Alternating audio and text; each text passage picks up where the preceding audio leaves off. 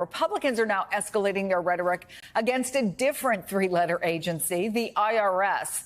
Their target, how $80 billion slated for the agency from the Inflation Reduction Act will be spent. Take a listen to what a few of them are saying. Those IRS agents are designed to come after you. They're not designed to come after the billionaires and the big corporations. They're designed to come after small businesses and working families. They're going to go after the mom and pop. They're going to go after the small business person, the independent contractor, the Uber driver, and they're going to focus on basically parts of the country that don't support what the regime is trying to do.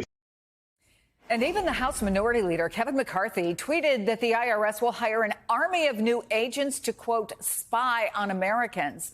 All of this leading to this stunning moment where U.S. Senator Rick Scott urged people seeking jobs not to apply to what he calls the IRS super police. I want to bring in NBC senior Capitol Hill correspondent Sahil Kapoor, also with us, Ben Collins, who, of course, covers disinformation, extremism, and the internet for NBC News. So, Sahil, let's do a little fact check here. Are there going to be a group of people who are IRS super police?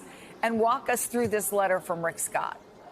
No, there won't, Chris. That's the answer to your first question. And secondly, it's not every day that a United States senator tells Americans not to apply for a particular job by threatening to eliminate it. But that's exactly what Senator Rick Scott did in this rather extraordinary letter. He penned an open letter to American job seekers warning them not to apply for new IRS jobs under the $80 billion cash infusion under this law, arguing that Republicans hope to take control of Congress this fall. And one of the first things they will do once that happens is defund those positions. Now, there are a couple of problems with this. The first is that even if Republicans do capture control of Congress, not a certainty, but certainly plausible, they will not, President Biden will still have the veto pen, and he will be able to block any attempts to undo his signature legislation. And the second is the premise of this is unsubstantiated at best. There's a May 2021 Treasury report that suggests the IRS could hire about 87,000 employees over a decade. That's a number that Republicans have seized on. But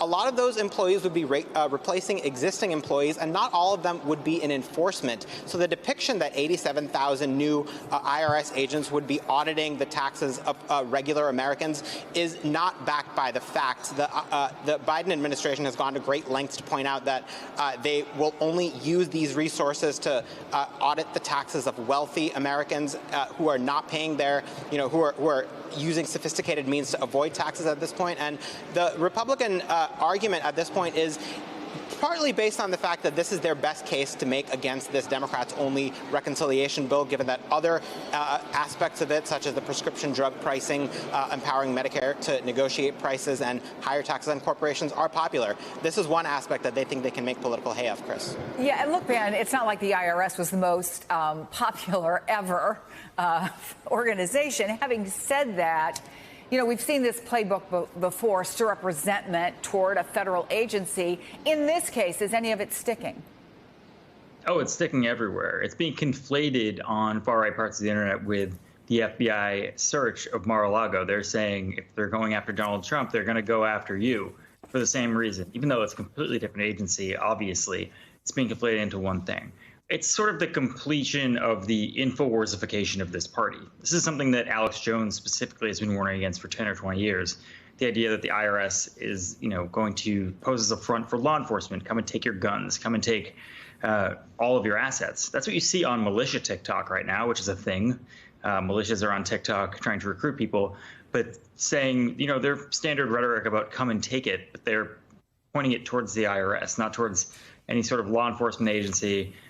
They think this is part of a much larger plan to take away both your guns and your money. And by the way, it's different now than 10 years ago, or even 7 years ago. 7 years ago, there was this conspiracy theory called Jade Helm, where the idea was Barack Obama was going to use the facade of a military exercise in Texas to occupy Texas and never leave power. Ted Cruz back then said he called the Pentagon, there's nothing to worry about it, don't worry about it. But now Ted Cruz is all up in this IRS fear-mongering thing. The party has leaned closer and closer to conspirational rhetoric like this, and because they realize it's a winner among their base.